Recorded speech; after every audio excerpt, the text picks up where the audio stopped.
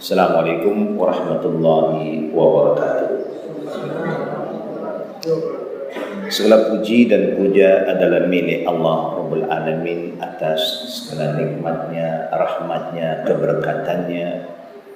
Salam sejahtera atas Nabi kita Muhammad sallallahu alaihi wasallam, keluarga, baginda, para sahabat radhiyallahu anhum, para tabi'in, para imam arba'ah, termasuk Imam Abu Hanifah, Malik, Syafi'i dan Hambali rahimallahu alaihim jami'an, dan para semua ulama-ulama warisul anbiya yang meneruskan perjuangan sunnah Nabi Muhammad sallallahu alaihi wasallam sehingga akhir zaman insyaallah.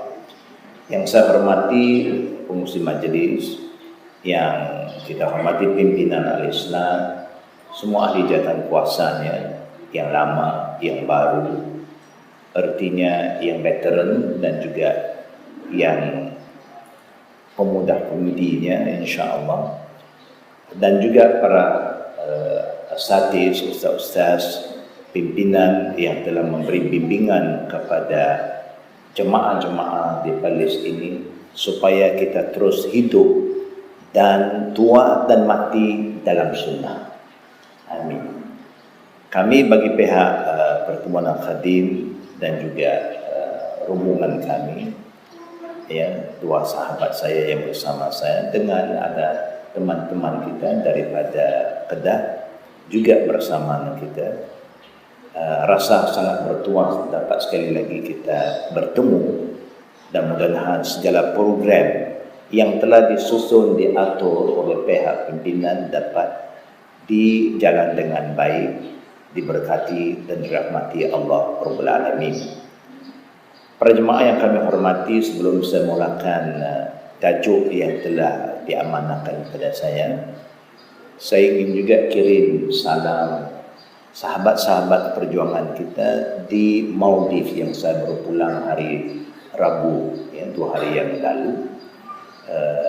Mereka alhamdulillah, majlis yang kita adakan di situ adalah anjuran Kementerian Agama, yang mana kita diminta untuk memberi khutbah di masjid negerinya dan juga memberi satu ceramah umum di tepi laut, ya.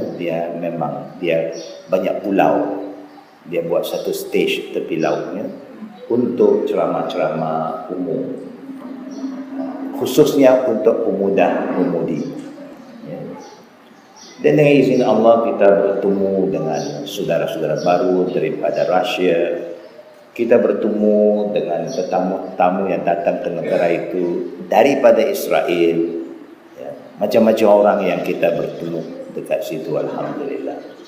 Dan sebelum itu pun telah kita ke Melbourne, ke Australia, untuk bersama dengan sahabat-sahabat kita untuk menegakkan peace of Islam, untuk menjelaskan pada masyarakat di Australia bahawa Islam agama keamanan, agama yang membawa kebaikan, bukan agama teroris, tidak.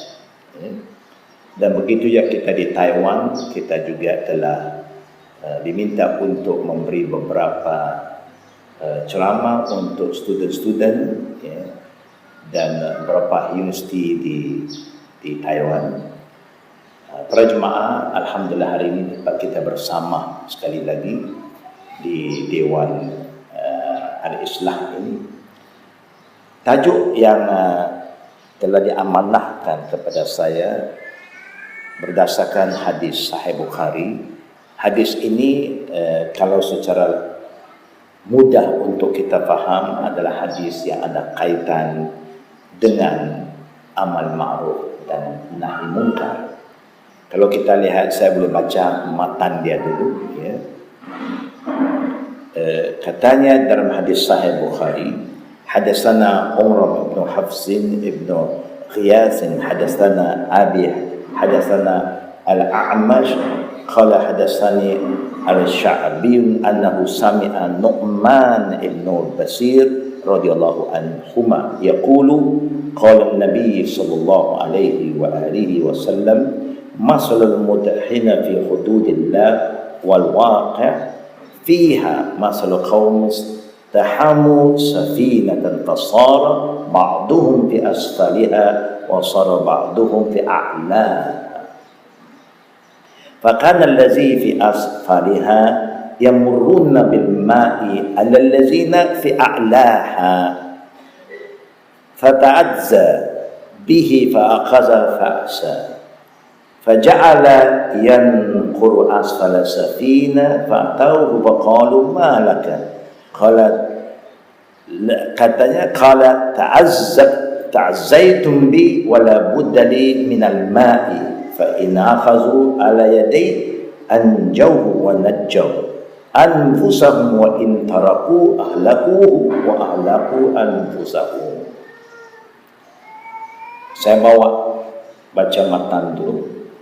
Telah cerita kepada kami Umar bin Hafiz bin Ghiyas, telah menceritakan kepada kami, Umar ini membawa cerita bahawa telah disampaikan kepada kami oleh bapakku, telah menceritakan kepada kami Al-A'mash berkata, telah cerita kepadaku Asy-Syaib bahawa dia mendengar Nu'man, berarti sanak dia banyak ya, cerita daripada Umar, kemudian daripada bapaknya, katanya daripada Al-A'mash, cerita dari Abu Syaibi, dia yang dengar dari Nu'man bin Bashir. Maka Nu'man bin Bashir inilah yang dengar dari Nabi Muhammad SAW ya. Katanya bahawa Nabi kita telah memberi suatu penggambaran, suatu contoh yang sangat cantik. Kita tahu di zaman Nabi pun tidaklah pernah ada cerita dia naik kapal, tak ada. Dia tak ada cerita dia naik kapal. Tapi cerita ini bahawa Rasulullah memperumpaman orang yang menerjang hukum Allah dan orang berada padanya seperti sekelompok orang yang berlayar dengan sebuah kapal. Bila kita berlayar di dalam kapal, kapal yang dimaksudkan oleh Nabi bukan sampan ya. Sampan itu dia semua di atas saja. Ini kapal besar. Kapal besar ini saya biasa kerja di kapal selama 4 tahun. Kapal besar ini dia ada dua, imma kargo atau passengers. Kalau yang kargo, dia ada beberapa tingkat. Daripada atas ini dia akan tutup supaya barang-barang dagangan di bawah itu tak kena air. Kerana ombak lautan besar ini bukan macam kita. Sekali dia datang ombak itu, kapal boleh tenggelam. Hilang kapal tu kadang-kadang. Ombak itu kalau dia datang itu, kapal boleh ikut, hilang. Kapal itu tak nampak lagi, kemudian dia naik balik. Jadi dia kargo itu, barang-barang yang dibawa itu yang beribu, berpuluh ribu tong-tong barang dulu tu tak kontainer, dulu tak kontainer. Dia ada beberapa tingkat. Tingkat 1, hash pertama untuk kargo ini. Lepas tu tingkat 2, tingkat 3 sampai ke bawah. Kapal passengers sama juga. Kapal penumpang yang pernah saya naik dulu waktu nak pergi Mekah. Dulu kita tahu tahun 60-an, 70-an nak pergi Mekah tak naik kapal terbang. Dan saya pernah naik kapal yang terakhir ke Jeddah daripada Pulau Pinang. Selepas tu tak ada lagi kapal. Ya, kerajaan pun ya dah stop operasi kapal untuk ke Mekah, maka dilanjutkan kita naik kapal terbang. 72 saya ke Mekah dan itu kali terakhir kapal yang membawa jemaah dari Pulau Pinang. 2 minggu perjalanan. Kapal haji pun dia ada tangganya, ada liftnya, dan ada juga yang bertingkat-tingkat. Orang yang bayar sekian puluh ribu, dia satu bilik 2 orang. Ada satu bilik 4 orang. Ada satu belit 20 orang. Itu tengoklah kelas-kelasnya. Jadi Nabi umpamakan masalah agama ini macam satu kapal. Kalau semua orang tak ambil tanggungjawab, semua kisah tentang nafsi-nafsi, orang mementingkan diri saja, tidak menganggap ini satu keluarga kita. Bukan saya seorang, satu keluarga. Orang dalam kapal Nabi membawa cerita, pergambaran. Ada yang duduk atas kelas yang mewah, mahal, ada yang duduk bawah. Kesemua orang yang duduk dalam kapal, kalau dia belayar, satu perkara yang perlu kepada mereka selain dari makanan ialah air. Tak ada air, tak ada makanan boleh hidup. Tak ada air, kita boleh mati. Kerana Allah jadikan perantaraan air, hiduplah segala sesuatu. Kekuatan air. Air ada energi. Sehingga pihak orang-orang Jerman, bukan Muslim dan orang-orang Jepun buat kajian tentang kuasa air. Dan mereka telah mengenal pasti air dalam bumi ini dibandingkan dengan air Zam-Zam sahaja, tak ada satu air yang lebih berkuasa, bermanfaat, bertenaga daripada Zam-Zam.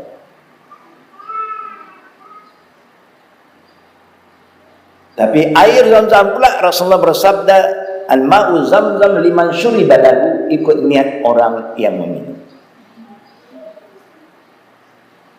Kalau orang yang guna air itu niat dia begitu baik, dia ada aurah dia, ada energi dia, kekuatan dia yang tersendiri. Tapi cerita kapal tadi Rasulullah gambarkan semua orang perlu air. Hanya setiap kali bila orang atas nak air senang. Pasal orang atas, orang yang first class kah, business class kah, senang nak dia dapat layanan. Orang bawah itu dia kena cari air sendiri. Tiap-tiap kali perlu air naik atas. Tiap-tiap kali nak air kena naik atas. Setiap kali dia naik atas, dia akan lalu kawasan orang-orang yang kelas atas. Jadi mereka ada di antara mereka guna suatu pemikiran. Dia guna logiknya. Kita nak turun menyusahkan kita, mengganggu orang atas. Orang atas pun tak suka dengan kita. Macam kita kacau dia. Sekejap-sekejap lalu. Jadi dia rasa macam kita mengganggu dia. Orang bawah pun niat dia cukup baik, tak mau ganggu orang lagi lah. Terfikirlah di antara satu orang di bawah ni, kita susah-susah naik atas cari air, mengganggu orang tengok kita pun muka dia tak seronok, macam marah. Kita jangan susah orang lah, kita tepuk satu lubang di sini. Kerana kapal ini, kapal yang besar, orang bawa dia duduk tepi air. Kapal itu bentuknya masuk ke dalam, orang bawa memang tepi kiri kanan itu air. Tapi bukan air minum, air laut. Orang yang pernah sesat di tengah laut, dia akan mati kerana kehausan. Kerana air laut itu walaupun air, dia tidak boleh dipakai untuk minum selalu. You minum air garam, dia lagi haus. Jadi walaupun ada air, pada hakikat tak boleh. Air laut bukan jadi air minum. Tetapi orang yang jahil ini, dia ingat asal air cukup lah. Dari susah ke orang, kita tepuk satu ya lubang kecil, supaya air langsung boleh kita dapat dari bawah, tak ganggu orang lain, orang atas. Kalaulah perkara ini telah diketahui oleh orang atas pun tak kisah. Itu urusan mereka lah, bukan urusan kita. Kita di atas. Kalau apa-apa pun, dialah akan menghadapi. Apa akan berlaku? Apa akan berlaku? Air yang sikit tu dia boleh masuk. Air jangan main-main. Tengok bangunan yang sebesar-besar di Kuala Lumpur kadang-kadang dia boleh jatuh, collapse oleh kerana air. Kerana foundation kalau kita tak kuat, kalau kita tutup saluran perjalanan air yang telah semula jadi sudah ada, kita nak tutup kerana nak buat pembangunan, kita jangan main-main. Air ni, dia ada kekuatan dia sendiri. Dia akan lalu juga sedikit demi sedikit sampai tembok-tembok yang telah kita bina boleh ditebusi oleh air. Akhirnya air akan masuk meresap ke dalam tanah, masuk kawasan foundation, bangunan yang begitu hebat pun boleh runtuh. Air kita jangan main. Kekuatannya luar biasa.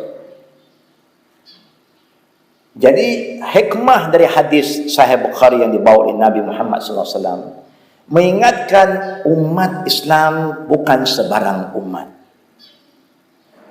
Umat Islam bukan umat yang mementingkan diri. Agama Islam tak pernah suruh orang Islam hanya jaga dirinya saja, tidak. Walaupun permulaan dia kena jaga diri, tapi tidak terus jaga diri saja. Sebab itu Nabi bersabda, hadis ini hadis yang anda kenal dengan hukum amal ma'ruf dan nahi munkar. Sebab itu Allah berfirman, kuntum khaira ummah. Kamu umat Islam bukan macam umat lain, tapi kamu adalah sebaik-baik umat. Gelaran ini Nabi tak pernah beri kepada orang lain kecuali umatnya. Dan Allah tak pernah beri gelaran ini kepada Nabi Adam, Nabi Ibrahim, Nabi Nuh, Nabi Musa, Nabi Isa. Hanya dia beri kepada Nabi Muhammad SAW. Kerana Allah beritahu, kuntum khairu ummah ukhrijat linnas. Kamu sebaik-baik umat dilahirkan di tengah-tengah manusia, bukan untuk orang Islam saja. Kita bukan baik sesama kita saja, baik bagi manusia sejagat. Sepatutnya orang Islam jadi umat contoh. Apa yang dihadapi oleh masyarakat manusia, umat Islam mesti ke hadapan. Bila umat Islam berucap dalam mana-mana ucapan resmi, umat Islam tak sepatut cakap kami orang Islam, tak sepatut. Umat Islam kena mengatakan kita mewakili manusia. Ukhrijat linnas, Allah beritahu kita dilahirkan di tengah-tengah manusia. Kita mewakili semua bangsa, sepatutnya begitu. Tapi orang Islam sudah gagal. Bila cakap apa? Orang Islam lagi gagal. Kita orang Melayu tak boleh. Sebelum Islam kita bercakap macam itu. Bila Islam kita kata wahai manusia, wahai manusia. Kita bila ucap mewakili Cina ke, India ke, Arab ke, mak saleh ke, tak saleh ke, kita mewakili semua orang. Muslim ke, tak Muslim, sepatutnya kita mewakili manusia. Tentang apa? Apa yang kita nak cakap? Kuntum khairu ummah ukhrijat linnas ta'muruna bil ma'ruf. Tugas kita ialah menganjurkan manusia buat baik. Menggalak manusia supaya kenal Tuhan dan menerima kebenaran Allah. Tidak ada satu kalimah makruf yang lebih bernilai, lebih berharga daripada Islam. Kalau kita suruh orang buat baik saja, tapi tak suruh dia mentauhidkan Allah, kebaikannya tak ada nilai di sisi Allah. Kebaikannya ada nilai di sisi kita. Kita dapat pengiktirafan. Tetapi di sisi Allah tak ada nilai. Kerana Allah tak terima amalan orang-orang yang kufur kepada dia. Di akhirat, Allah tak timbang pun. Tak ada nilai. La habitat a'malu. Siapa-siapa yang syirikkan Allah, semua amalannya terbatal. Sebab itu, yang dikatakan baik mengajak manusia kembali kepada Allah. Kenal Islam, kenal Allah, supaya mereka tidak lagi bermusuh dengan Islam. Dakwah ini kita telah gagal. Kita, contohnya saya pernah ceritakan semalam, Nabi bila terima wahyu yang pertama dia belum berdakwah, wahyu kedua terus dia berdakwah. Bila dia berdakwah, mula-mula dia mulai dari orang paling dekat, istrinya Khadijah, ajak dia pada Islam. Khadijah pun terima, kerana dia seorang wanita yang baik, dia tahu suami dia baik, dia dengar. Kita sekarang suami kita baik, nak ajak isteri kepada sunnah pun susah. Contohnya, dia mula dengan isteri, lepas tu dengan sahabat yang paling dekat. Dia bukan pergi cari orang luar tu, dekat, orang yang paling dekat dengan dia, Abu Bakar. Lepas tu ya sepupunya Ali, semua dekat. Kemudian Abu Bakar pun ada kawan, Ali pun ada kawan, mereka juga akan mengajak kawan mereka. Dalam masa 23 tahun, ibu-ibu dan bapa, 23 tahun Mekah yang penuh dengan berhala, tua pekong, syirik, menjadi Darul Tauhid. Semua orang yang tidak Muslim tak ada itu, orang Islam saja duduk Mekah 23 tahun saja. Madinah penuh dengan orang musyrikin dan orang-orang Yahud dan Nasara. Juga dalam masa 23 tahun keseluruhannya, Mekah 13 tahun Nabi berdakwah, Madinah 10 tahun. Dua-dua negeri ini bertukar wajah. Bandar yang penuh dengan syirik jadi bandar yang tauhidkan Allah. Bandar yang tidak ada cahaya menjadi Madinah Al-Munawwarah. 23 tahun. Kita sudah Islam berapa puluh tahun? Sebelah sini umumnya 50 ke atas, setengah abad. Ada tak kawan-kawan kita di negeri Perlis yang belum Islam, yang kita kenal daripada muda? Ada tak? Ada. Adakah satu kawan yang dekat dengan kita adalah ajak dia masuk Islam? Belum. Begitulah kaum bapa kan. Di mana ya kelemahan kita? Ingat cerita kapal tadi. Bila dia mati, kita juga mati. Dia daripada kecil kita kenal dia acong, apek. Sampai tua acong, mati pun acong.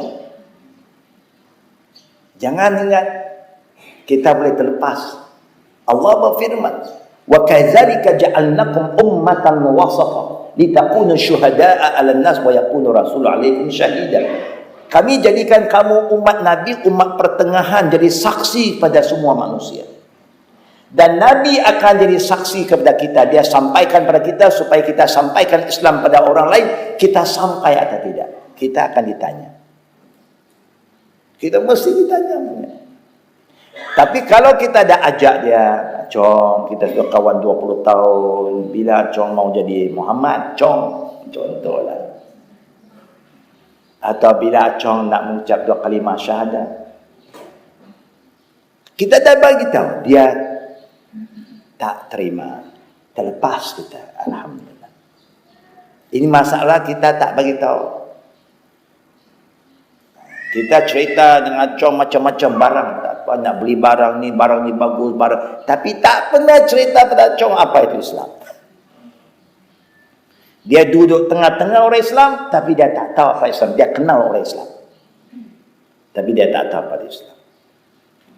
Allah akan tanya kita. Nabi dah beritahu, "Ballighu anni wal ayat." Sampaikan walaupun satu ayat. Kenapa kita tak sampai? Berapa ratus ayat kita dah hafal. Takkan kita tak boleh ajak mereka, "Qul huwallahu ahad, Allahu samad." Hafal dah surah ini? Hafal dah ibu-ibu, "Qul huwallahu ahad"? Hafal. Bapak-bapak hafal tak surah Ikhlas? Hafal. Alhamdulillah, ini surah yang kalau tak hafal problem lah. Bukan. Orang kaki mabuk pun, kaki judi pun hafal juga. Pasal mudah, bukan? Senang. Katakan Allah itu satu. Allah sama tempatnya semua makhluk bergantung. Lam yalid wa lam yulad. Dia bukan anak pada sesiapa, bukan bapa pada sesiapa. Wa lam yakul lahu kufuwan ahad. Dan tidak ada sesuatu yang serupa dengan Allah. Habis. Senang saja. Hidayah bukan kita yang kerja. Yang bagi hidayah Allah. Kita tak buat. Sebab itu walaupun kita sudah merdeka, walaupun agama Islam agama resmi, sekarang agama Islam, orang Islam dicabar. Pencabaran yang terbaru bila kita sebut hudud sudah jadi isu. Kenapa boleh jadi isu? Karena orang tak faham. Betul, Islam bukan agama cerita hudud saja.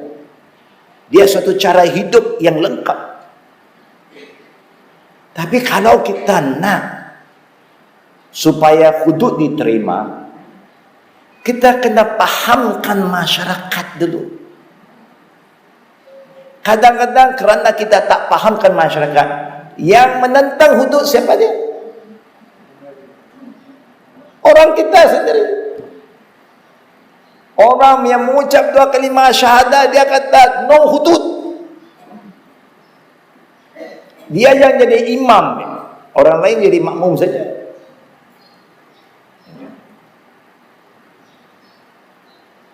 Saya pernah diminta oleh pihak-pihak masyarakat yang belum Islam, pemimpin-pemimpin yang belum Islam di negara ini, untuk menceritakan apa itu hudud. Ya, hadis ini cerita hudud.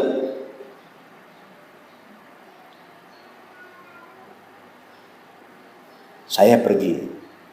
Saya kena bagi ucapan, lepas tu ada pembahasan forum. 2 lawyer dari pihak mereka, lawyer. Satunya lawyer biasa, satu lawyer yang ada kelulusan syariah. Dia belajar di UAE. Memang dia ada kelulusan syariah law. Dalam itu saya mula bercakap. Saya tanya, tuan-tuan, orang Nasara ada, orang Buddha ada, kebanyakan orang yang belum Islam. Saya tanya mereka, hari ini kita diminta untuk membincang hudud. Saya nak tanya, cerita kepada saya, mana ada satu negara yang tuan-tuan dan puan-puan tahu, mana ada satu negara yang tuan-tuan dan puan-puan yang pernah pergi, yang tak pakai hudud. Cuba bagi tahu kat saya. Mana satu negara yang tak pakai hudud? Cerita kat saya. Semua orang terkejut. Kita nak cerita hudud, kita tak mau hudud, tiba-tiba dia tanya mana negara yang tak pakai hudud. Saya nak dia faham dulu. Mana negara yang kamu pergi kalau you bawa kenderaan, bas kah, atau kereta sewa kah, yang tidak ada speed limit, saya kata. Mungkin dia kurang faham hudud. Saya kata hudud ini bahasa Arab. Tuan-tuan bila bawa kenderaan di Malaysia, saya kata di highway, pernah tak ternampak kalimah had laju? Ada tak? Ada had laju tak? Apa arti had di sini? Bila kata had laju, apa artinya? Speed limit. Bahasa Inggeris kata speed limit. Artinya jalan ini you tak boleh lebih 90. Lepas itu 110. Contohnya. Had itu ialah limit. batasan. Secara mufrad singular had, plural hudud. Kalau banyak peraturan, ini had ini had ini, limit dia, ini namanya hudud. Kita masuk negara orang, dia cop dalam pasport, you boleh duduk sini 1 bulan. Itu had dia kan. Had dia sampai 1 bulan. Lepas 1 bulan, kalau you tak cop balik, you boleh ditangkap, dihukum. Yang dikatakan batasan, you umur 6 tahun masuk sekolah, darjah 1, itu had dia. Contohlah, apa yang kita buat mesti ada had. Ada tempat larangan, ada tempat yang tidak dilarang. Saya kata, tuan-tuan mesti ingat, bila kita orang Islam sebut hudud, kita bukan cerita undang-undang peraturan ciptaan manusia. Tidak. Dalam dunia sekarang ada 2 saja undang-undang. 2 saja peraturan. Peraturan ciptaan manusia atau peraturan Tuhan. Itu. Kita juga diberi pilihan. Mau ikut peraturan yang dibuat oleh manusia atau peraturan dari Tuhan. Kalau diberi pilihan pada saya suka ikut pilihan Tuhan. Peraturan Tuhan. Kerana peraturan Tuhan untuk semua orang. Tidak berpihak-pihak. Kalau apa yang haram di Mekah, haramlah seluruh dunia bagi orang Islam. Dia tidak. Mekah haram, sini makruh, tak ada. Apa yang wajib bagi satu orang Islam, semayang 5 waktu di Malaysia, seluruh umat Islam satu dunia wajib semayang 5 kali. Hukum sama. Hukum Tuhan tak berpihak pada siapa, sangat adil, dan tidak ada siapa yang above law, mengatasi hukum itu. Sehingga Nabi pernah menceritakan pada anaknya Fatimah, kesayangan dia, kalau engkau didapati mencuri, kalau hukum Allah kata kena potong tangan, tangan kamu juga kena potong. Tidak ada suatu yang mengatakan, oh keluarga Nabi berkecuali. Tak ada siapa yang berkecuali. Saya kata, lain kali bila kita nak bincang hudud ini, kita jangan keliru. Bukan peraturan ini ciptaan orang Melayu, orang Arab, orang Islam. Datang dari Tuhan. It's God law, not human made law. Tentu kita tak boleh paksa orang terima. Kita kena sampai sampai dia faham. One law for everybody. Itu lagi cantik, lagi adil. Manusia semua hidup di dunia, dia mau keadilan. Dia mau rasa keamanan. Kalau kita jalan hudud kepada semua mereka, insya Allah, semua perempuan kalau jalan, dia pakai beg pun orang tak rampas. Takut. Selamat. Okay. Insya Allah pasal orang takut. Kenapa ada peraturan ini? Kita negara kita pun sudah banyak hudud. Bukan tak ada. Sama juga kalau orang nak datang ke Malaysia, dah bagi tahu dalam kapal terbang, Malaysia memperkuatkan undang-undang pengedaran dadah. Kan? Siapa yang bawa tertangkap, ini hukumannya. Sampai kepada hukuman mati. Itu had-hadnya. Kenapa kita hukum itu? Kerana dia mendatangkan mudaratan, merosakkan rakyat. Macam kapal tadi, kita tak boleh pentingkan diri, kita kena jaga maslahah masyarakat manusia. Supaya kita selamat, yang lain pun selamat. Bukan kita mau selamat saja. Sebab itu Nabi bagi tahu lagi, kullukum ra'in wa kullukum mas'ulun an ra'iyati. Semua kita ini adalah pemimpin dan bertanggungjawab tentang kepimpinan kita. Sekurang-kurang memimpin diri kita sendiri. Jangan merosakkan diri dengan makanan, dengan minuman, dengan perbuatan. Jangan. Sebab itu membunuh diri itu haram. Sebab itu kita memakan makanan yang merosakkan kesihatan haram. Dadah haram. Lagi apa yang haram?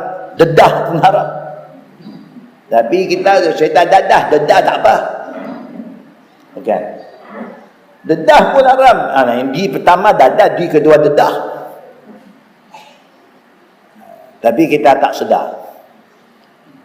Untuk apa datangnya peraturan itu? Supaya selamat. Kita kemana pun selamat, orang hormat kita. Dan pakaian tutup aurat ini kalau kita lihat, bukan pakaian untuk orang Islam saja. Dalam agama Nasrani pun begitu, agama Yahud pun begitu, agama Buddha pun begitu. Dia suruh kita pakai pakaian yang sopan, tak ketat, tak terbuka sini, terbuka sana. Kita ni kain bukan tak cukup, kain cukup, tak pandai potong kain. Kain bayar-bayar bila potong, Allah macam tak cukup kain. Ini penyakit siapa? Ini penyakit ialah kerana kita rasa bangga bila dedahkan aurat kita. Nak promosi satu handphone kecil ni, tapi badannya itu sebesar dan 3 suku dia tak tutup auratnya. Apa yang dia nak promosi? Mana maruah kita sebagai manusia? Kenapa kita jual diri kita, maruah kita dengan harga yang sedikit? Cuba kalau anak kita, gambar dia ada di poster-poster semua, dekat stop logo, traffic light. Comel tak? Oh, dia ni bintang. Ya. Kita tak mau, kita ini ada maruah. Islam tak mau kita buat begitu.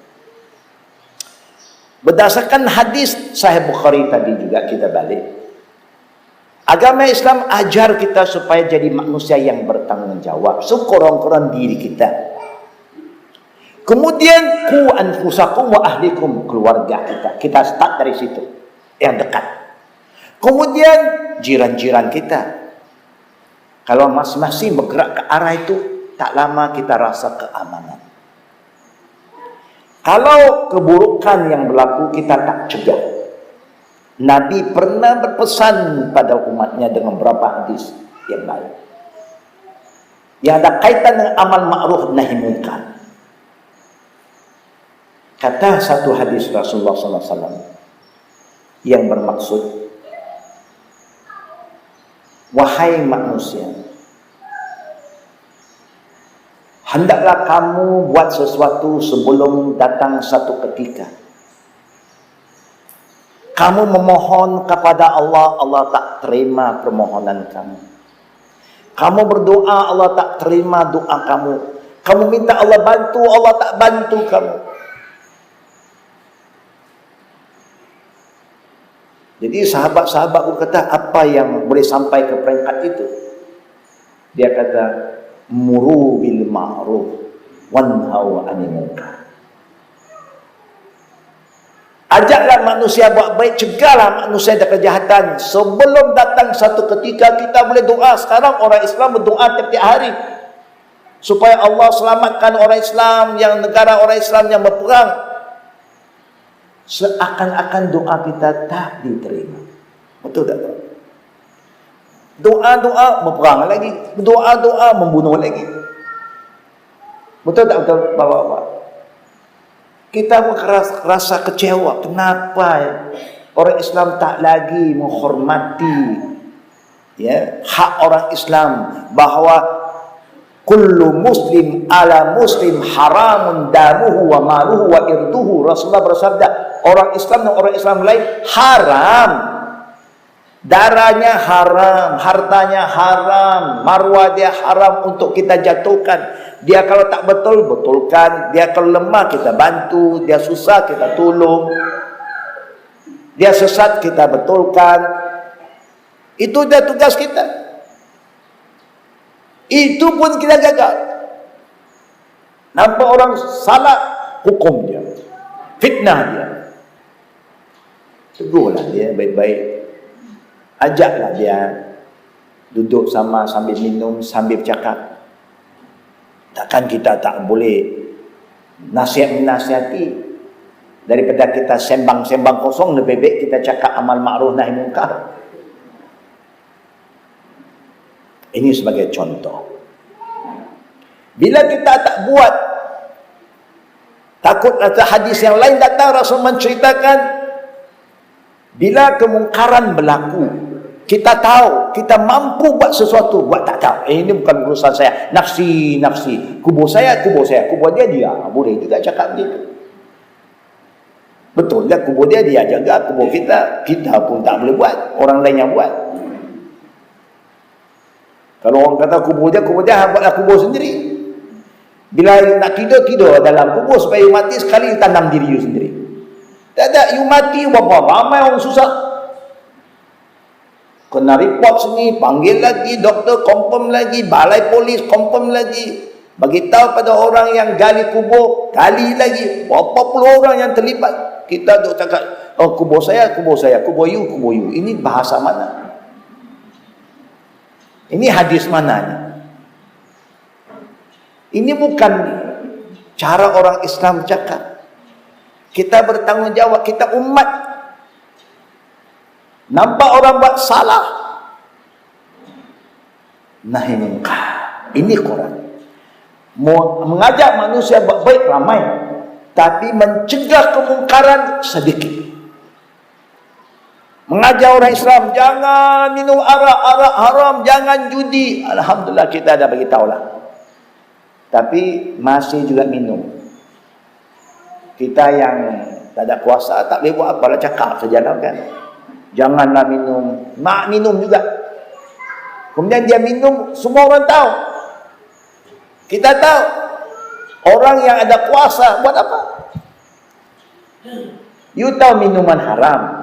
Orang Islam buat secara terang-terangan. Apa tindakan kamu? Tak ada tindakan.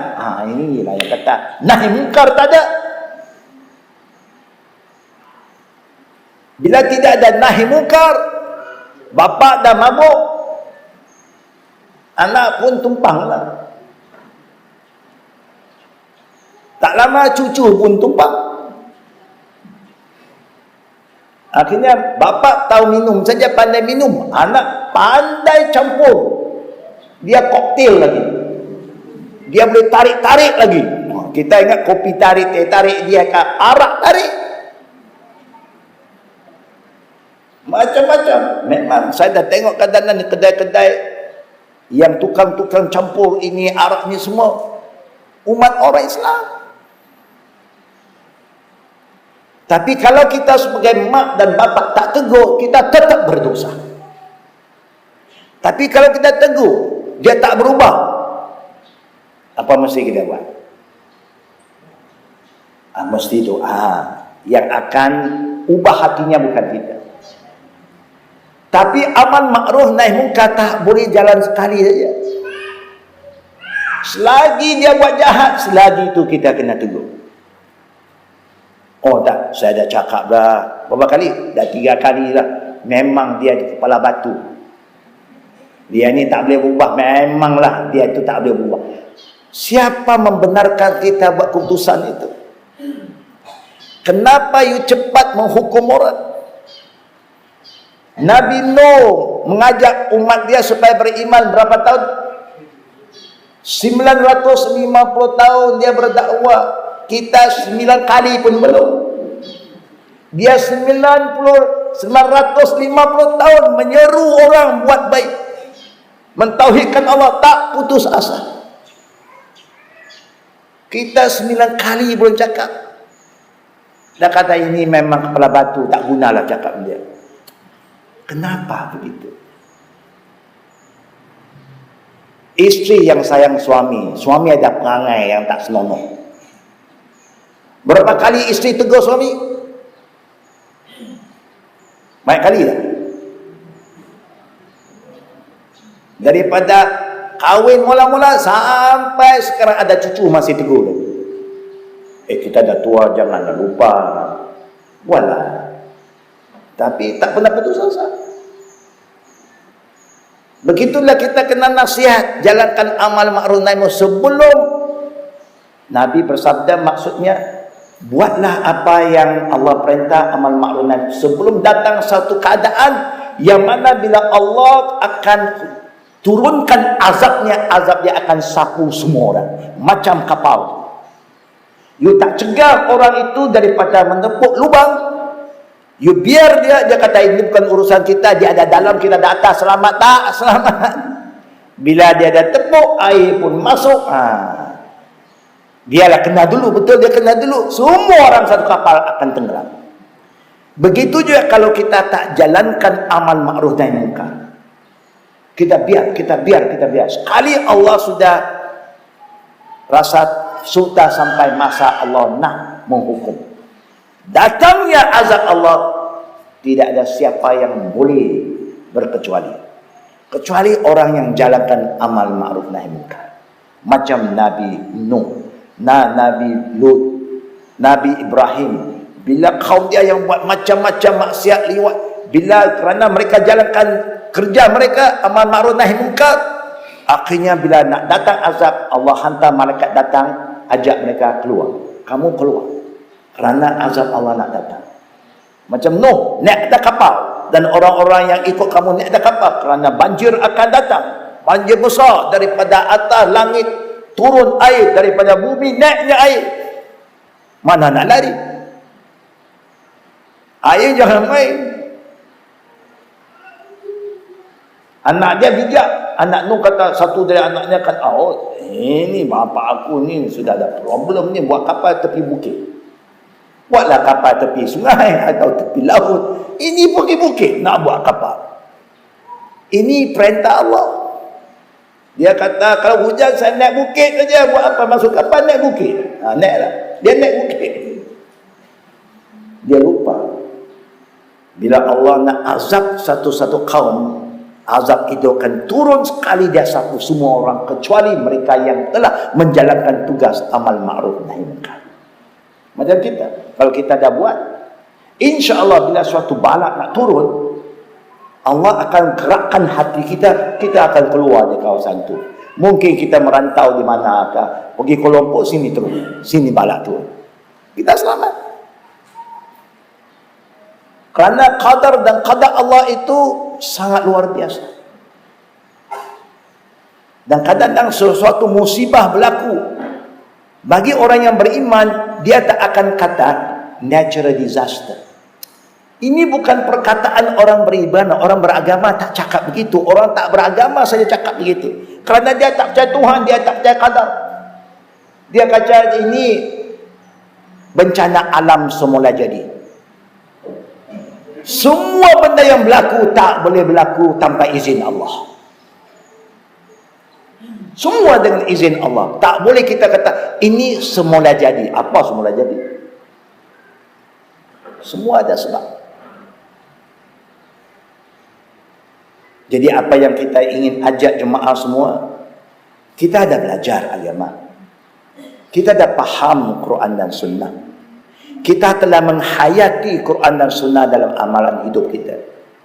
Apakah benda itu telah diturunkan pada anak kita?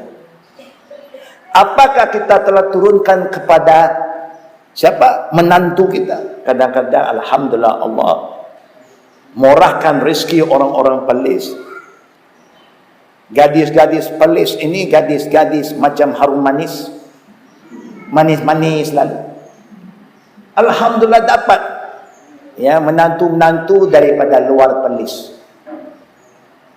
Menantu luar Perlis itu dia tak faham sunnah. Sunnah itu bid'ah, bid'ah itu sunnah bagi dia. Bagi kita alhamdulillah kita dah dapat ilmu sunnah. Sekarang dapat menantu, kita dapat selamatkan dia ke atau anak kita jadi korban? Fikir. Bagus dapat menantu. Dapat menantu kaya raya pula. Allahu Akbar. rupa ada, harta ada, jawatan pula tinggi, Masya Allah, nikmat. Tapi yang lebih penting apa? Nabi dah suruh kita pilih. Bila you nak pasangkan anak kamu dengan pasangannya, lihat rupanya, keturunannya, hartanya, agamanya. Yang Nabi recommend, jaga nilai agama dia dulu, tengok akhlak dia. Agama dia Islam, akhlak dia bagaimana? Tengok-tengok orang tak sembahyang, bagaimana? Nak terima tak terima? Duit ada, kereta Mercedes, sembahyang tidak. Datang ziarah kita, datang pula waktu dekat maghrib, masuk maghrib, kita pun minta dia azan, tak pernah dengar pun. Suruh menyanyi boleh tak? Azan tak hati, suruh azan, sakit kerungkung ini. Suara tak boleh keluar, beralasan tak apalah. Ambil wudu pun tak ada ambil, pasal memang tak pernah ambil wudu. Orang yang tak sembahyang mana pernah ambil wudu. Oh, ini problem besar. Sebab itu ada kursus untuk pranikah bagus juga. Elok je, nak confirm saja. Ini sembahyang tidak. Sekarang kita didik anak kita cara sunnah, kemudian kita pasangkan dia dengan orang yang anti sunnah, apa akan jadi? Umumnya orang kata love is blind, cinta itu buta. Kerana cinta tergadai semua, lupa semua sunnah apa pun lupalah. Yang ingat, I love him, he love me. Ini kira perkataan love ini luar biasa. Love habis semua tu korban. Kita kena selamat anak. Wahai anak, ibu dah didik you, faham tak? You kena bawa sunnah pada sesiapa you berkenalan. Kalau dia nak kahwin, bagi dia faham agama dulu. Kalau tidak, sudah berlaku sekarang. Saya menghadapi selalu tuan-tuan dan puan-puan, mak datang, bapak datang menangis, anak nak kahwin, menantu tak mau masuk Islam, tapi dia nak kahwin di luar negara. Sini alhamdulillah, kerana kerajaan tak membenarkan pernikahan orang Islam dengan orang yang tak Islam, tak dibenarkan. Dan conventional law tak boleh kahwinkan orang Islam. Orang Islam nak kahwin mesti melalui mahkamah syariah. Pejabat agama cantik, alhamdulillah mereka telah jaga dengan baik. Tapi seluar daripada Malaysia, kahwin itu dia tak ikut peraturan kita, dia ikut suka sama suka, kan? Kalau laki sama laki, suka sama suka pun jalan juga, jalan sana semua. Tak lama kalau you suka anjing, kahwin, anjing pun boleh kahwin. Itu pilihan kamu, anjing pun okey lah. Itu dia punya akad. Pasal peraturan di lain pula peraturan. Sebab itu kita kena cegah, kita kena jaga sebelum anak kita jadi mangsa, sebelum anak kita terkorban. Daripada dapat satu menantu yang boleh merosakkan anak, lebih baik tak ada menantu. Betul tak betul ibu-ibu? Betul tak? Susah juga ya. Memang susah. Kita sayang anak, tapi anak sayang dia apa? Kita ingat anak sayang kita, anak sayang dia lebih dari kita. Ini problem. Kita nak hantar anak keluar negara belajar. Nak jadi apa? Doktor, engineer. Nak jadi apa? Seorang yang pakar ini, pakar itu bagus. Tapi kita kena tahu, ada aja orang-orang baik-baik di situ yang boleh kita kenalkan, dekatkan supaya dia hidup dalam jemaah selamat. Kalau tidak nanti dia tak nak balik lagi lah. Kerana dia sudah ada pilihan di sana. Dan pilihan dia pula satu macam, dia tak mau masuk agama Islam. Pernah orang datang jumpa saya kata, saya sayang sama dia. I love her with all my heart. Wah, memang dia cintakan anak perempuan kita. But religion, no. She can practice. Dia nak amalkan agamanya, saya tak halang. Dia nak tutup aurat, saya tak halang. Tapi saya tidak. Terus terang dia beritahu dari awal. Agama nafsi-nafsi. Biasanya apa yang kita buat? Dan nak degil, nak juga, sabarlah. Bagi peluang. Pelan-pelan. Nah ini kita punya alasan. Pelan-pelan. Tak apalah kahwin dulu. Pelan-pelan kita dakwah. Jangan pelan-pelan. Ini bukan masalah pelan-pelan. Macam orang nak tepuk lubang dalam kapal tu. Tak apalah. Itu lubang kecil saja. Air masuk pun sikit-sikit. Ya, no problem. Buatlah. Mula di sikit. Lama tu lubang pun besar sendiri. Masalah pun besar. Akhirnya anak boleh hilang. Tidak mustahil. Saya ada saksikan. Saya tahu saya orang di bandar. Walis pun bandar juga kan. Karena pun bandar juga. Tapi umumnya masalah sana mungkin tak macam masalah kampung-kampung. Orang very intellect. Orang punya mind very open. Terlalu open sangat. Semua boleh masuk. Kita mau open mind. Tapi mesti ada batasan. Mesti ada pengawalan. Saya maksudkan apa yang saya bawa ini jemaah. Hadis ini walaupun Nabi cerita perumpamaan kapal. Tapi pergambaran contohnya sangat besar. Kita dah selamat. Kita dah faham Quran Sunnah. Kita kena pastikan anak kita faham Quran dan Sunnah. Kita kena pastikan cucu kita pun faham. Kita pun pastikan menantu kita faham. Supaya dia terus kembang. Supaya kapal pun berlayar dengan selamat. Supaya hidup kita dalam Sunnah, mati dalam Sunnah. Saya pernah menyaksikan juga orang hidupnya perjuang Sunnah. Sunnah habis-habisan menentang bidah. Saat dia nak mati, yang ada kelilingnya keluarga dia, dan keluarga dia pula tak ikut sunnah. Apa jadi? Tak boleh nak apa-apa. Saya ada situ. Ini saya cerita pengalaman saya. Saya ada situ menunggu izin dari keluarga ustaz.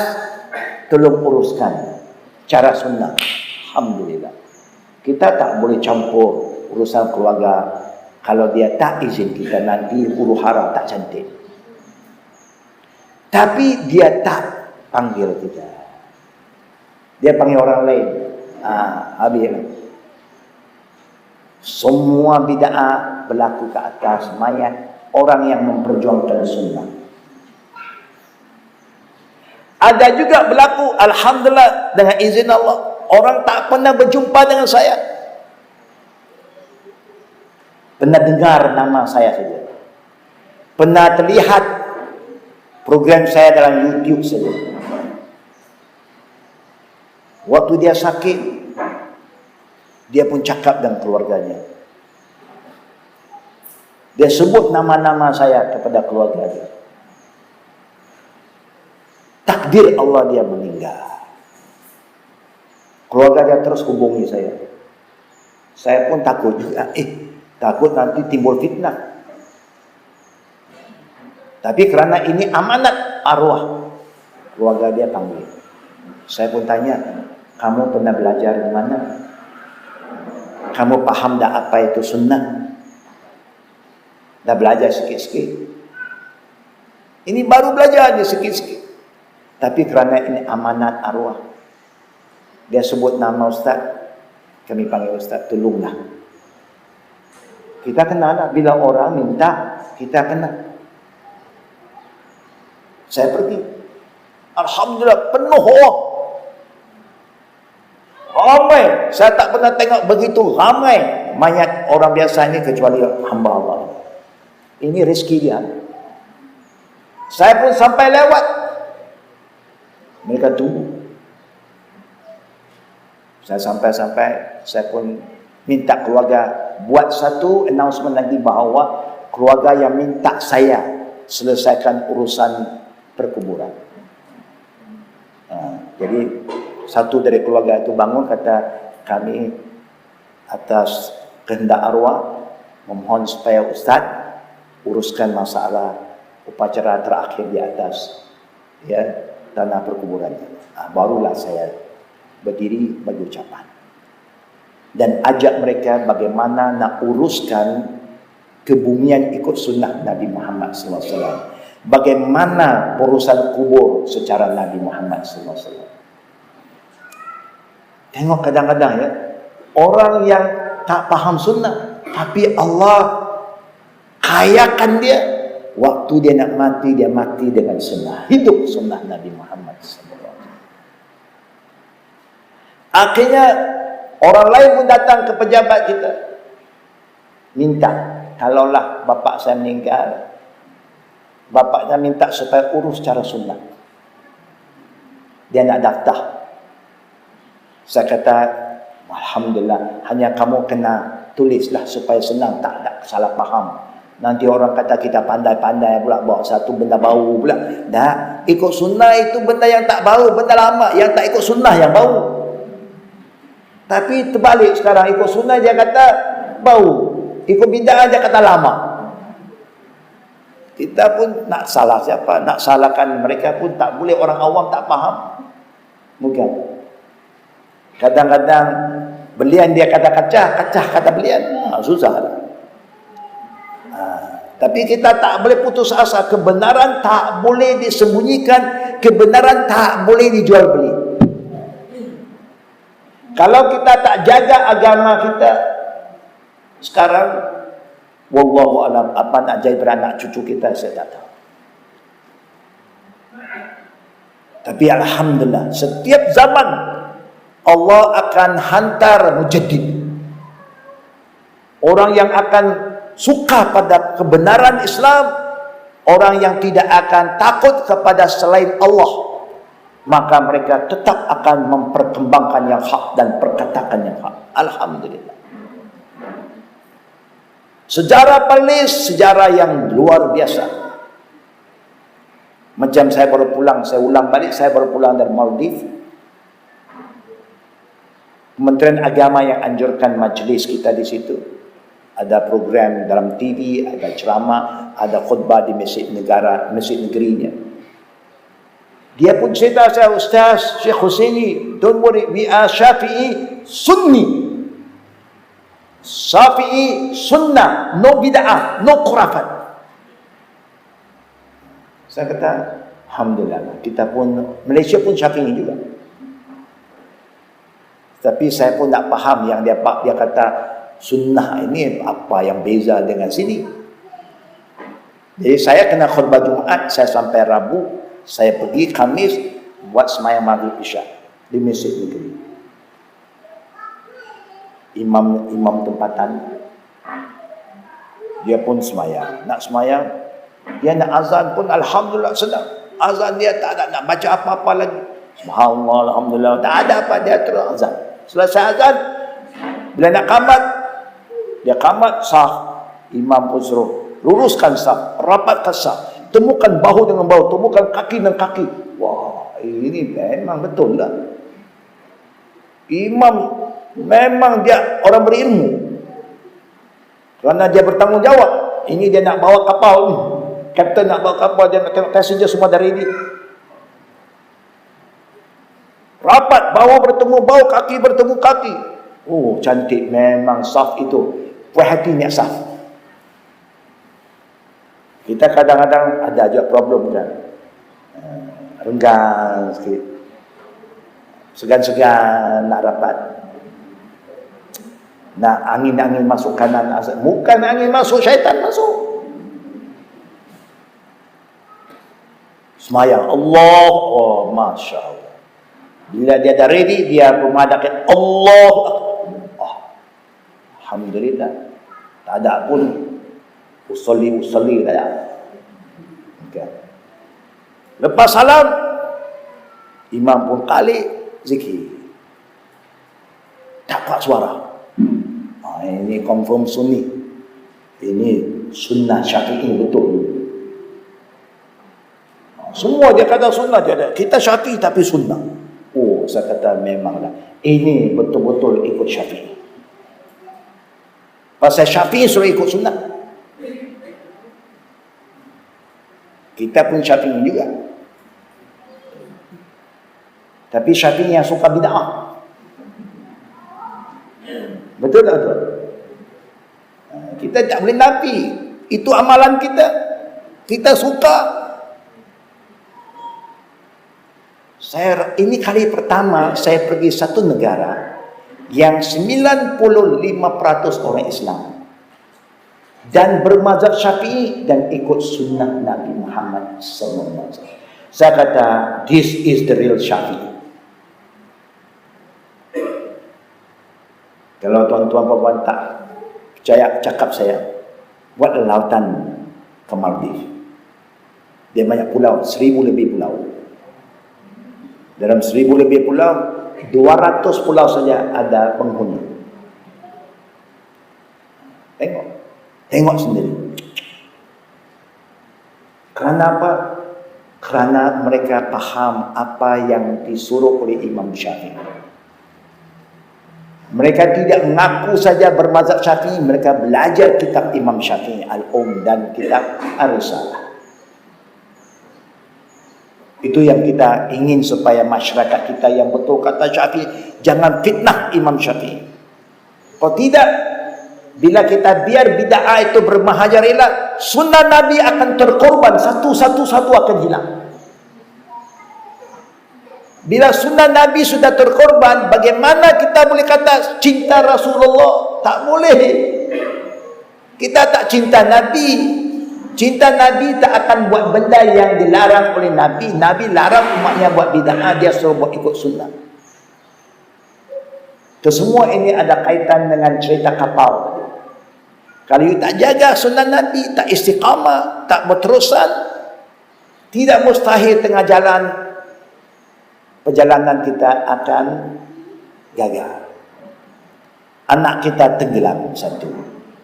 Anak tak tenggelam, cucu tenggelam. Menantu tenggelam, semua tenggelam. Tapi belum lagi sampai peringkat itu, insya-Allah. Kita harap supaya jemaah ibu dan bapak sama-sama bertekad, bersemangat, berniat, berazam, dan jangan putuskan hidup berjemaah.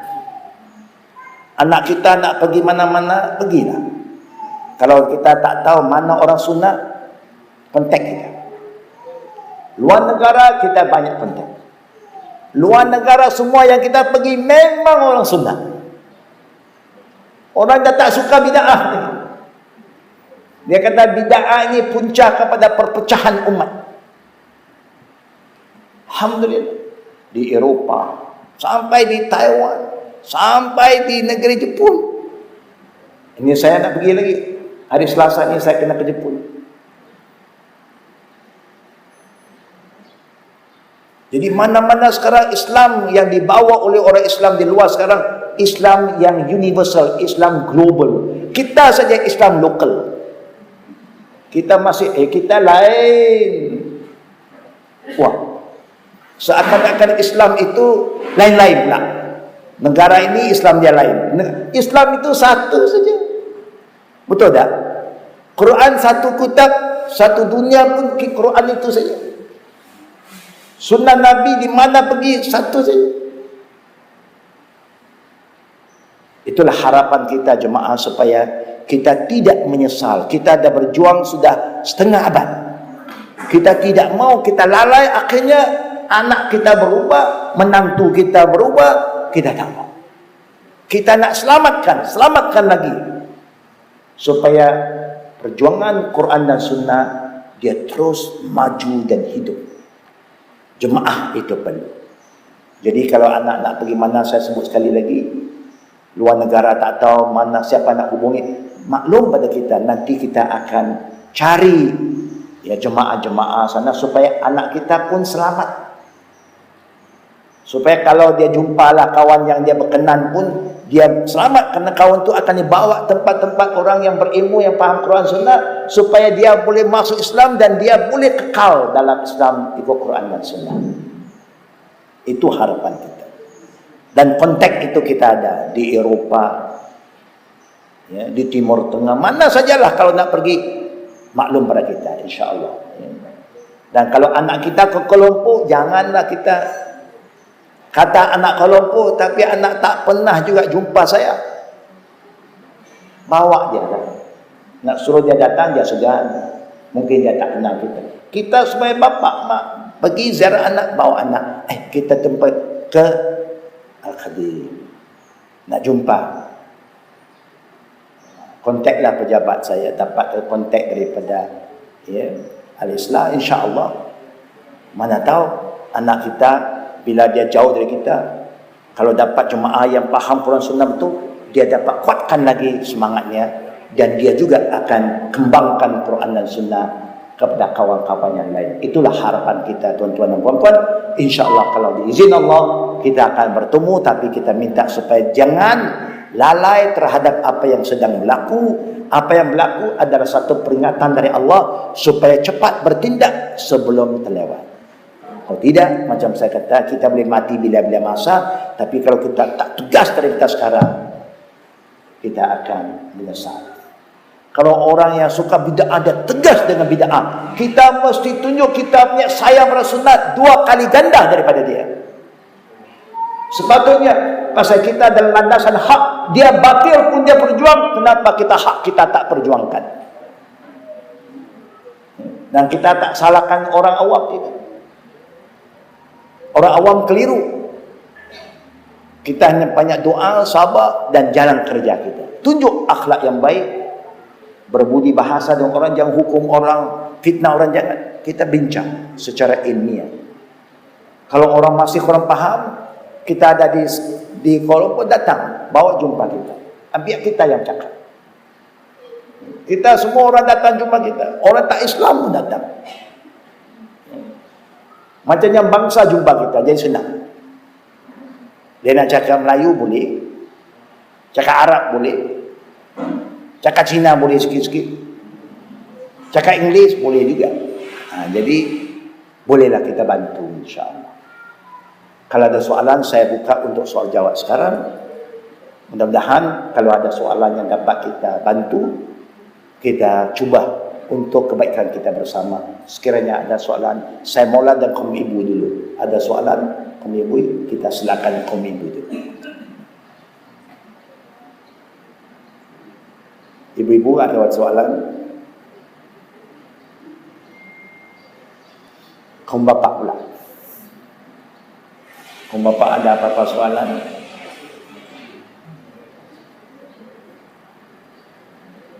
Balik pada kaum ibu pula. Silakan. Silakan. Waalaikumsalam warahmatullahi wabarakatuh. Ada mic tak? Ada apa-apa mic untuk kaum ibu? Silakan.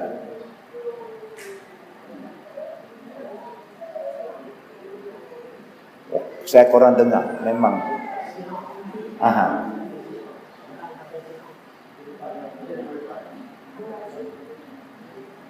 Nak bincang tentang masalah Syiah. Jemaah yang kami hormati, kalau nanti anda tolong dengar, dia sampaikan.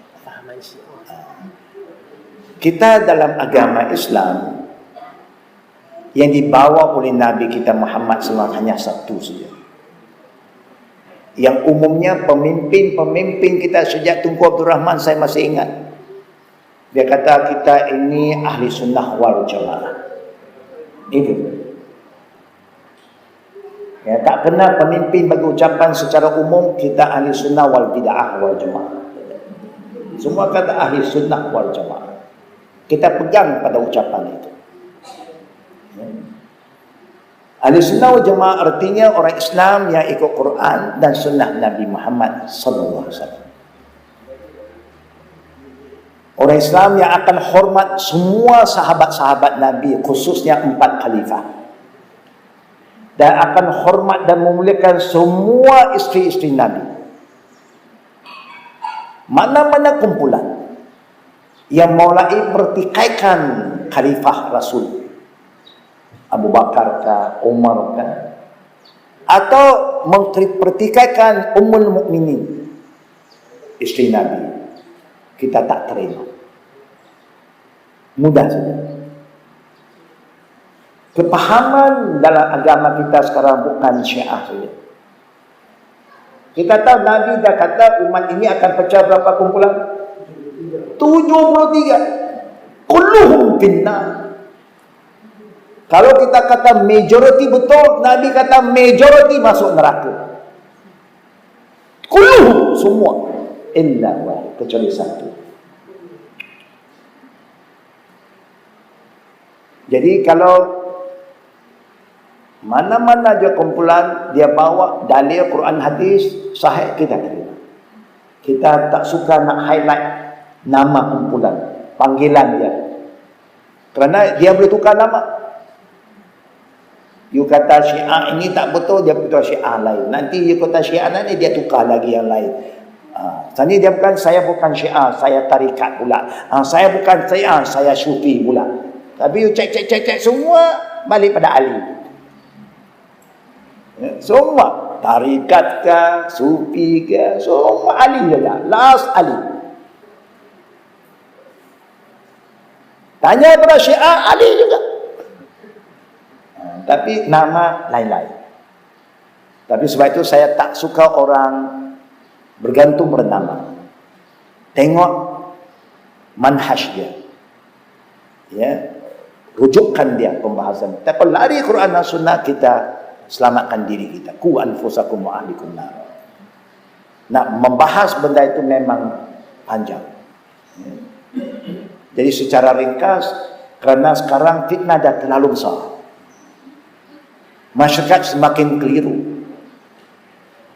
You kata ini tak betul, yang lain pula datang. Okay? Jadi gabungan mereka luar biasa.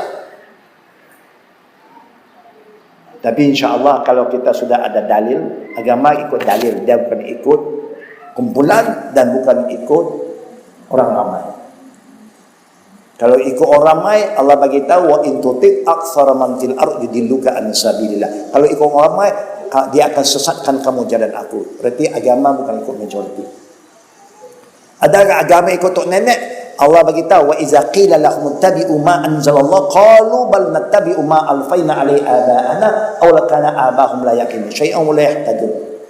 Agama bukan ikut tok nenek, Allah dah jawablah. Agama ikut siapa lagi? Agama ajar kita jadi taklid buta. Ikut saja. Tak payahlah nak belajar tanya-tanya banyak, ikut saja. Allah kata wala ta'fu ma laysa laka bihi ilm inna sam'a wal basara wal fu'ad kullu ulaika kana anhu mas'ula. Jangan buat sesuatu amalan tanpa ilmu. Kerana pendengaran kamu, penglihatan kamu, hati kamu akan ditanya Allah. Agama bukan agama taklid buta, agama ilmu. Agama ini agama ulama. Ikut ulama. Tengok apa yang Allah bagi tahu. Ittaqazu ahbarahum wa ruhbanahum arbaba min dunillah. Yahud Nasara sesat kerana apa? Mereka telah mengambil ketua agama mereka, pendeta mereka, rahib mereka sebagai Tuhan selain Allah. Bukan mereka sembah, tak. Apa yang rahib cakap, pemimpin agama dia cakap, semua dengar dan ikut. Walaupun bertentangan dengan kitab mereka, kitab Taurat, kitab Injil, dia tak kisah. Ini ulama dah cakap, pendeta dia dah cakap.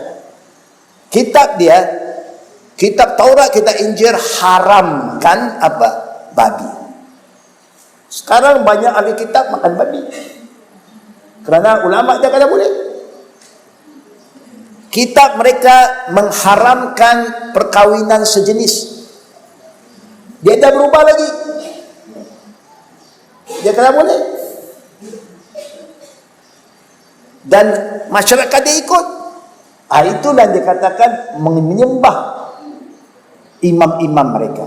Cakap alim ulama mereka semua diikut, walaupun bertentangan dengan kitab mereka. Agama Islam cukup kemas. Siapa saya kalau cakap kalau bertentang Quran hadis, kita tolak.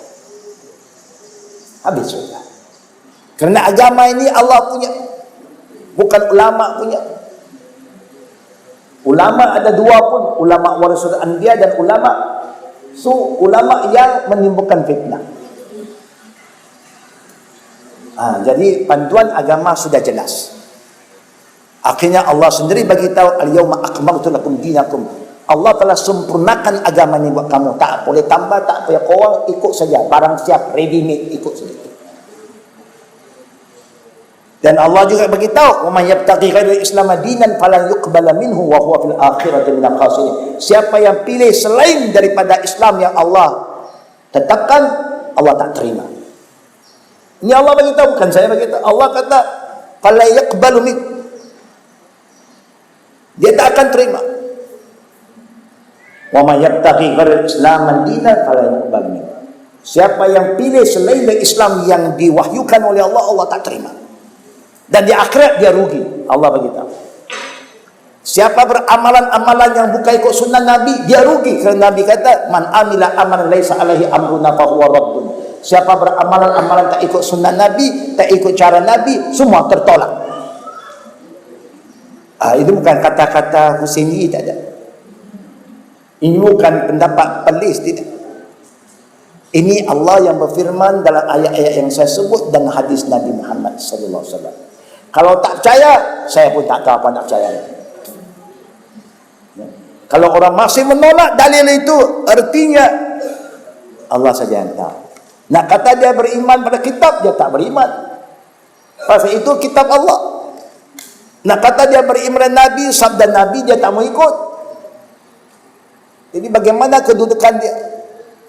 Ini bukan masalah furu'iyah, bukan cabang, ini masalah akidah.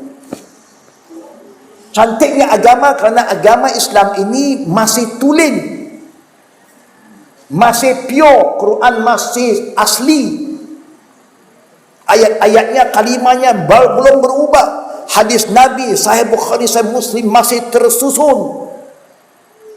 Kalau masih juga kita sesat, itu memang luar biasa yang sesat. Kalau kitab asli tak ada, boleh sesat. Ini yang benar asli pun ada, hadis Nabi sahih masih ada, masih juga sesat. Puncanya dari mana? Puncanya kerana kita taklid buta dan percaya kepada apa yang dicakap oleh Tok Imam. Kalau apa yang dia cakap ada dalil, kena percaya. Kalau pendapat, tak payah. Pendapat banyak, nak layan pendapat tak habis. Allah tak suruh kita layan pendapat. Allah dah bagi tahu, fa in tanazaqtum bi syai'in farudduhu ila Allah wa Rasul in kuntum tu'minuna billahi wal yawmil akhir. Kalau betul kamu beriman pada Allah, kemudian bila perselisihan berlaku, kembali pada Quran dan sunnah Nabi. Ini Allah yang bagi tahu, bukan saya. Allah bagi tahu, farudduhu ila Allah wa Rasul. Dia berhenti di situ. Ulil amri pun tak ada, ulama pun tak ada, semua kembali ke Quran dan sunnah. Jadi ulama yang bagi penyampaian pada kita mesti bawa dalil bila kita ragu-ragu. Ini ada sunnah Nabi tidak? Dia kata sunat, ada dalil tak ada. Itu bukan sunnah. Itu satu fitnah.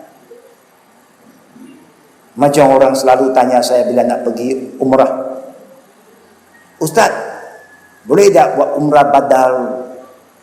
Buat umrah, lepas umrah, lepas umrah, lepas umrah, lepas umrah, lepas umrah, lepas dapat haji. 7 kali umrah, 1 haji." Itu yang penatnya orang tua-tua, sampai bengkak kaki-kaki. Habis 1, pergi lagi. Tanya orang di Mekah, dia kata itu umrah taxi driver. Taxi driver yang saya, umrah, Tanaim, Ji'rana. Itu taxi yang suruh. Nabi tidak. Bukan. Ini contoh lah. You nak kata sunat dapat pahala 7 kali umrah 1 haji. Kita pun minta lah dalil.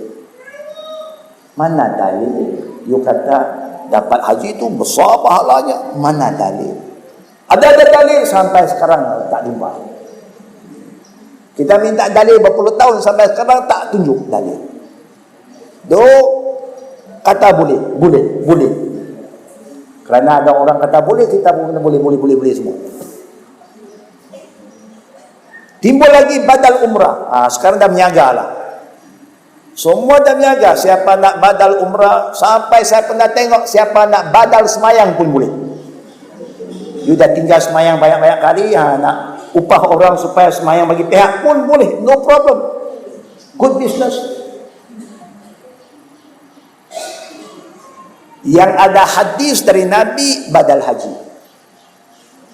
Itu ada. Badal umrah tak boleh qiyas. Agama ni tak boleh qiyas. Imam Syafi'i rahimahullah kata la qiyas fil ibadah. Urusan ibadat tak boleh qiyas. Banyak kekeliruannya.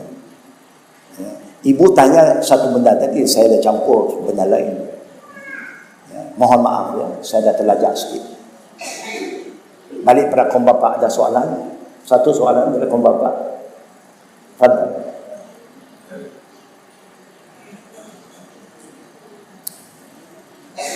Waalaikumsalam.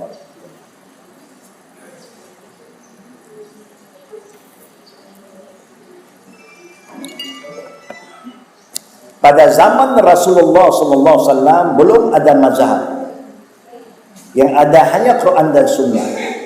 Setelah kewafatan Nabi Muhammad sallallahu alaihi wasallam, maka wujudlah golongan 4 mazhab minta penjelasan. Soalan itu memang tepat. Kalau siapa kata mazhab sudah wujud zaman Nabi, ini lagi satu penyakit. Nak tunjuk memang dia ini tak faham pada cakap. Mungkin dia dah keliru, yakin sangat. Dia yakin tenang, terlalu taksub mazhab dia. Mazhab dah ada zaman Nabi. Ini penyakit. Yang kita tahu memang zaman Nabi semua orang ikut Nabi. Alaikum bisunnati, itu saja. Selepas tu wa sunnatil khulafa'ir rasyidin. Kalau you tak dapat tengok bagaimana khulafa'ir rasyidin beramal dengan agama ini. Jadi ikutlah mereka. Kerana mereka itu sahabat yang sangat setia kepada Nabi. Dapat gelaran radhiyallahu anhum wa radu anhu. Dapat jaminan masuk syurga, boleh ikut. Memang mazhab tak wujud. Cara kita bahas mazhab sekarang, seakan-akan Islam itu ada Syafi'i punya. Syafi'i punya Islam. Hanafi punya Islam. Maliki punya Islam. Tidak. Maliki ikut Quran dan Sunnah. Syafi'i ikut Quran Sunnah. Bukan Islam ikut mereka. Mereka ikut Islam. Menurut istilah agama, memang tak sepatutnya kita fitnah pada 4 imam. Kerana 4 imam tak pernah membawa apa-apa mazhab. Dia tak pernah kata ini saya punya betul, tak ada. Dia hanya ulama di zaman mereka. Dan kebetulan mereka itu bukan itu saja ulama, ada banyak lagi ulama. Kemudian mereka itulah yang popular. Ulama yang masyhur sedikit. Akhirnya wafatlah ulama ini. Dia tak pernah kata saya saja betul, Malik tak betul, tak pernah dia cakap begitu. Saya lebih halus, itu kasar, tak pernah. Kita yang cakap, kita yang pandai cakap tu. Semua ulama kata ikut Quran dan Sunnah. Dia bawa Islam yang sama, Islam, Quran dan Sunnah. Tak pernah Imam Syafi'i kata Islam ala Syafi'i, tak ada. Mana pernah dia cakap itu? Satu fitnah pada Imam Syafi'i. Imam ala Abu Hanifah tak ada pun. Mereka dah kata, Imam Abu Hanifah kata diharam ke atas kamu mengambil dalil daripada ucapan saya kalau kamu tak tahu dari mana saya bawa dalil itu. Haram, tak boleh. Kata Abu Hanifah cakap begitu, Hanafi cakap, you tak tahu mana dalilnya, tak boleh. Imam Syafi'i pun kata La takhtalifu hukm Allah wa hukm Rasul. Jangan buat sesuatu bertentangan dengan hukum Allah dan hukum Rasul. Bal huwa lazim ala kulli hal. Semua wajib ikut Quran dan Sunnah. Itu kata Imam Syafi'i, fa iza sahal hadis fa huwa mazhabi. Hadis sahih itulah mazhab aku. Mazhab artinya pendirian. Ya. Pendirian, pendapat. Mana sesuai dengan Quran Sunnah ambil, tak sesuai tinggalkan. Jadi siapa yang kata seakan-akan Syafi'i bawa satu agama dia sendiri, pandangan dia, Islam ala Syafi'i, satu fitnah kepada Imam Syafi'i. Saya minta mereka supaya jangan fitnah Imam Syafi'i. Jujurlah kepada Imam Syafi'i, jujur kepada rakyat yang nak ikut Imam Syafi'i, supaya mereka mulai buka kitab Imam Syafi'i, kitab Risalah aja. Macam saya tengok di Maldives, Masya Allah, saya rasa inilah ajaran imam-imam dulu, yang tak pernah bertentangan dengan Quran dan Sunnah. Sehingga mereka berkata, kalau pendapat kami bercanggah, tinggalkan. Tapi sekarang macam-macam lagi. Yang terkini apa lagi? Ada pula Islam Wahabi. Mana nak Islam Wahabi? Kita yang reka macam-macam. Kalau orang beramal ada Quran hadis, you kata Wahabi, you fitnah kepada Nabi Muhammad sallallahu alaihi wasallam. Sampai kata nama saya pun ada. Saya pun terkejut juga. Bila masa yang saya ajar orang kitab Muhammad Abdul Wahab, tak ada. Saya tak hidup zaman dia, saya tak pernah bertemu dengan dia, saya tak pernah belajar dengan dia. Bagaimana dia kaitkan kita dengan dia? Pelik juga. Bukan? Macam kita lah, Imam Syafi'i pun tak pernah jumpa kan? Tak jumpa. Murid Imam Syafi'i pun tak pernah jumpa. Kitab Syafi'i pun tak tahu. Nama Imam Syafi'i pun tak kenal. Selalu saya tanya orang-orang yang saya pernah ajar ke, kenal tak nama Imam Syafi'i? Imam Syafi'i lah. Dah tak nama dia kenal tak? Tak boleh jawab. Ini yang Syafi'i tak boleh jawab. Saya kata, pernah tak baca kitab Imam Syafi'i? Mana kitabnya? Pernah dengar kitab Al-Um? Apa benda Al-Um? Astaghfirullahaladzim. Tengok bagaimana ya. Kita nak kata kita berpegang pada pendapat imam ini, kitab dia pun tak baca. Nama dia pun ramai orang tak kenal. Saya rasa pelik betul. Akhirnya, sekitar 11:30, saya didatangi oleh orang saudara baru. Yang bawa dia saudara lama. InsyaAllah tak lama nak kahwin. Baru dan lama kahwin.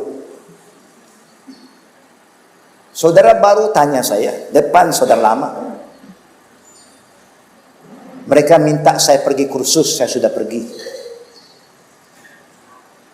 Mereka suruh saya belajar betul-betul supaya ikut Islam betul-betul. Saya memang nak bercuba. Jadi apa yang saya belajar, saya tanyalah orang lama. Apa maksudnya? Saya dah hafal Fatihah. Apa maksud Fatihah? Saya hafal doa iftitah. Apa itu doa iftitah? Orang lama pun tak faham. Jadi orang baru terkejut. You nak saya faham, belajar dalam 1 bulan, 3 bulan. Ini orang yang lahir-lahir Islam tak faham. Dia pun terkejut. Dia kata, I thought you Muslim. You orang dah semayang tiap-tiap hari, dah baca ini, dah hafal ini, tentu faham. Jadi saya baru belajar. Itu pun ingat lupa. Yang mana saya ingat, saya tanya makna, you pun lupa. Wah, dia kata, surprise, dia pun terkejut. Dia rasa, banyak orang Islam tak tahu apa yang mereka baca. Tak tahu apa mereka buat. Bagaimana you nak harap saya belajar dalam 3 bulan? Ini sudah 30 tahun tak faham lagi. Takkanlah you nak harap saya faham semua 3 bulan. Jadi dia pun tanya saya, patutkah? Ya, saya belajar 3 bulan, ini 30 tahun dia tak faham. Saya kata, harapan orang tu bagus. Kita masuk Islam, kita kena ikut Islam, bukan ikut orang. Kalau ikut orang, kita jadi macam dia juga. Dia 30 tahun tak faham. Kita dah umur 35 tahun baru belajar. Kalau tunggu 30 tahun lagi, 65 tahun. Itu dah tua. Jadi memang harapan orang tu belajarlah secepat mungkin. Jadi secara ringkasnya jemaah, biarlah kita ini bercakap sesuatu dengan dalil. Kerana agama Islam agama yang ada dalil, ya. Bolehkah Ustaz jelaskan apa yang berlaku di Yaman? Bagaimana pendirian kita? Kemunculan Habib-Habib. Ialah Habib ini istilah, kan? Orang yang sayang orang ini Habibi, Habibati, tak ada masalah. Tapi kadang-kadang sekarang hidup balik seakan Habib ini satu kumpulan yang khusus. Seakan-akan kumpulannya ada link dengan Nabi. Ini satu masalah. Tapi kalau dia kata link dengan Nabi, dia ikut sunnah, kita bolehlah. Ya, macam terima juga. Ini dia buat bid'ah, dia kata link dengan Nabi. Oh, itu lagi susah kita nak terima. Yaman, apa yang berlaku di Yaman telah dikabarkan oleh Nabi Muhammad SAW bahawa Yaman akan berlakunya pembakaran melalui peperangan. Nabi dah cerita Yaman akan menghadapi. Walaupun kelebihan Yaman banyak. Orang amanah, orang iman Yamani bagus. Kerana Arab asalnya dari Yaman, bukan dari Saudi. Keturunan Arab asal usulnya dari Yaman. Yang datang dari Yaman kawin dengan Nabi Allah Ismail AS. Baru ada keturunan Arab. Jadi oleh kerana fitnah antara kita sudah lama, bukan baru. Hanya yang sedihnya terlalu banyak campur tangan dari luar, memberi bantuan-bantuan macam apa yang berlaku di Syria. Habis satu isu, timbul satu isu. Habis satu kumpulan, timbul satu. Macam benda itu muncul dengan segera.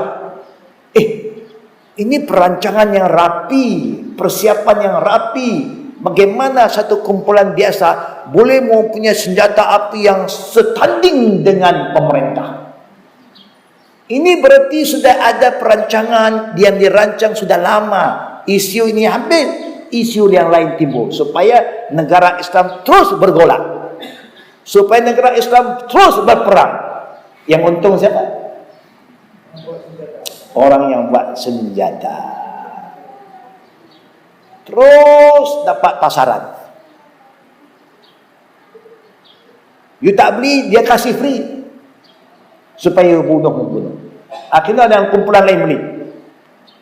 Oh, macam-macam. Ini bisnes. Jadi apa yang saya rasa adalah satu fitnah yang berlaku. Dan fitnah ini berpunca kerana kita tak ikut perintah Allah. Allah berfirman, wallazina kafaru ba'duhum awliya'u ba'd illa taf'alu takun fitnatun fil ardh wa fasadun kabir. Mereka-mereka yang tidak beriman pada Allah saling bantu-membantu, kerjasama sama mereka. Kamu umat yang Islam tak mau bersatu, kamulah punca kepada segala fitnah dan kerosakan di atas bumi Allah.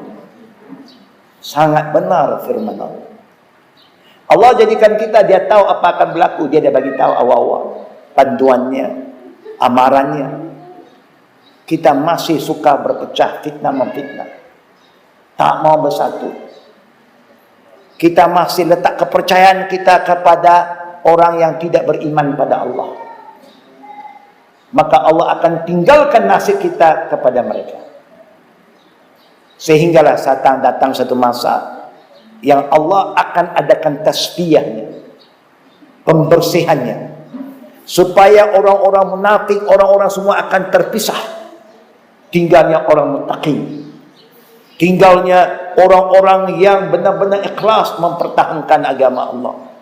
Saya kaji hadis-hadis tentang Rasulullah cerita akhir zaman. Apa akan berlaku di negeri-negeri Syria. Semua ada hadis-hadis. Dan cerita orang-orang yang akan datang daripada kawasan di mana? Kawasan Isfahan. Kawasan-kawasan dekat dengan Pashtun. Pakistan, Afghanistan. Bila saya kaji-kaji, saya tengok hadis yang Rasulullah gambarkan semua itu. Kita pergi kawasan itu, kita tengok macam orang situ. Apa yang Rasulullah cerita, suasana dia, pakaian dia, semua masih wujud di kawasan itu. Yang orang ini memang semangat juang dia luar biasa. Sehingga Rusia yang begitu lama pun tak tahan. Pihak kuasa lain campur pun tak tahan. Dan orangnya orang biasa saja, orang bukit. Tapi semangat dia luar biasa. Nah, inilah wallahu alam. Jadi apa yang berlaku adalah alamat qiyamah as-sughra. Alamat kiamat. Kita hanya perlu selamat apa yang boleh diselamatkan. Suasana negara yang perang, anak-anak kita belajar sana kena bawa pulang. Kerajaan kita pun dah ambil inisiatif bawa pulang. Supaya urusan dalam orang luar tak boleh campur. Biar orang dalam uruskan. Biarlah jiran-jiran yang terdekat buat keputusan yang terbaik untuk mereka. Ya, itulah doa kita supaya yang hak itu tetap hak, yang batil supaya dibatilkan dan dihapuskan oleh Allah Rabbul Alamin. Secara ringkas itulah jawapan saya, ya, supaya kita tidak terlalu keliru sangat. Memang banyak tangan yang campur dalam urusan-urusan Timur Tengah.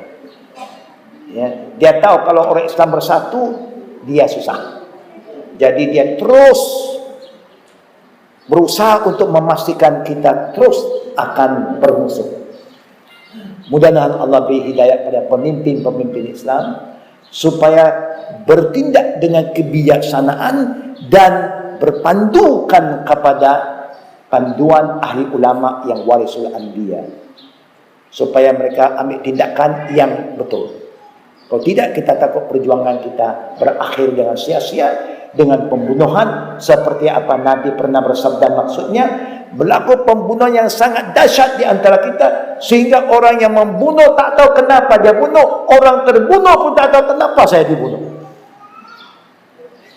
Dua-dua pun tak tahu. Kenapa saya pergi bunuh orang? Dia pun tak tahu. Tiba-tiba dia dah bunuh orang. Yang orang yang terbunuh kata, kenapa saya ni dibunuh? Apa jahat saya? Apa yang saya buat? Dia pun tak tahu.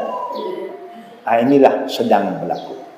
Mudah-mudahan fitnah itu tidak merebak sampai ke negara kita. Kita kena hati-hati juga. Ya. Penyakit di luar boleh sampai ke negara kita kalau kita tidak berhati-hati. Peganglah kepada Quran Sunnah, selamat dunia, selamat akhirat. Akhirnya kita doa, Rabbana atina fid dunya hasanah wa fil akhirati hasanah wa qina azabannar. Supaya Allah beri kesenangan, kejayaan, kebahagiaan pada kita semua di dunia, untuk kita, anak cucu kita, dan juga supaya Allah beri kejayaan, kesenangan, keselamatan di akhirat nanti, dan supaya Allah jauhkan kita semua dari azab-azabnya. Amin ya rabbal alamin. Akhir kata, tuan-tuan puan-puan, kalau anak kita yang boleh bahasa Inggeris, memang ada kemahiran, ingin bertugas dengan kita, maklum pada kita, hantarlah pada pusat kita. Kita memang juga mencari tukang masak, tukang mendidik anak-anak di bawah jagaan kita. Ada anak-anak yatim dan anak orang susah.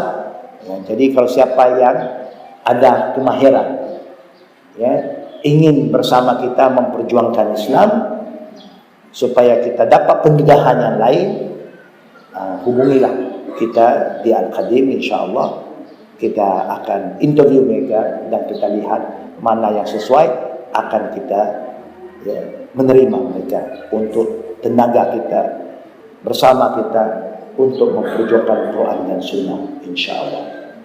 Sekian dari kami. Subhanallah wa bihamdik, asyhadu an la ilaha illa anta, astaghfiruka wa atubu ilaik. Assalamualaikum warahmatullahi wabarakatuh.